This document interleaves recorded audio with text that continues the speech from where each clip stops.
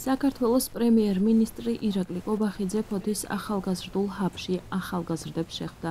მთავრობის მეთაურმა შეხვედრაზე განათლების სისტემის ფუნდამენტური რეფორმის კუთხით დაგეგმილ სიახლეებზე ისაუბრა და აღნიშნა, რომ ახალგაზრდების მაქსიმალური მხარდაჭერა მთავრობის ერთ-ერთი უმნიშვნელოვანესი პრიორიტეტია.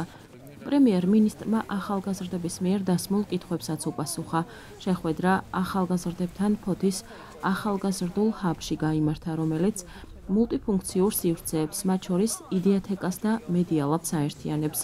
ახალგაზრდული ჰაბი მრავალფეროვან საგანმანათლებლო ტექნოლოგიურ და მეწარმეობრივ შესაძლებლობებს შექმნის, ასევე ახალგაზრდებს შესთავაზებს საგანმანათლებლო პროგრამებს, ტრენინგებს და პრაქტიკულ ვორქშოპებს, რაც ხელს შეუწყობს მათი ციფრული უნარების განვითარებას.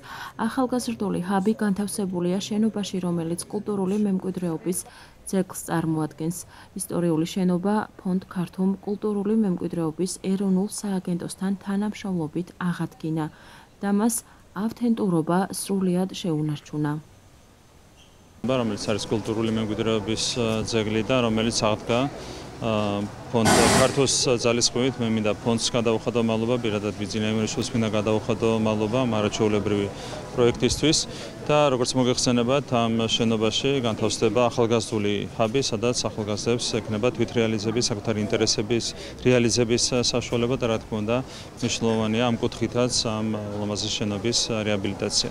ჩვენ ასევე ფოთში დღეს მოვინახულეთ ახლად რეაბილიტირებული სკოლის შენობა, 80 წლის შენობა, რომელსაც დღემდე არ ჩატარებია რეაბილიტაცია და მნიშვნელოვანია რა თქმა უნდა, რომ ბავშვებს ექნებათ ახალ შენობაში, რეაბილიტირებულ შენობაში განათლების მიღების საშუალება.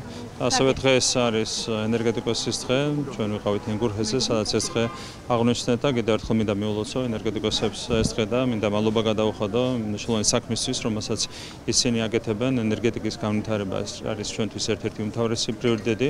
როგორც მოგეხსენებათ, ძალიან დიდი შედეგები ჰქონდა ჩვენ 2012 წლის შემდეგ ენერგეტიკის სფეროს განვითარების მიმართულებით და სამომავლოდაც გვაქვს სერიოზული გეგმები, განხორციელდა სერიოზული ცვლილებები ამ ბოლო პერიოდის განმავლობაში იმისათვის, რომ კიდევ უფრო მეტად გაძლიერდეს ენერგეტიკული სისტემა და გაგრძელდება მიმართულებით აქტიური მუშაობა. დღეს ფოთში გავხსენით ახალგაზრდული ჰაბი, რომელიც არის კულტურული მემკვიდრეობის ძეგლის შენობაში, მის რეაბილიტაცია ქართულ ფონდის მიერ განხორციელდა, ესაც მადლობა მინდა უთხრა მათ.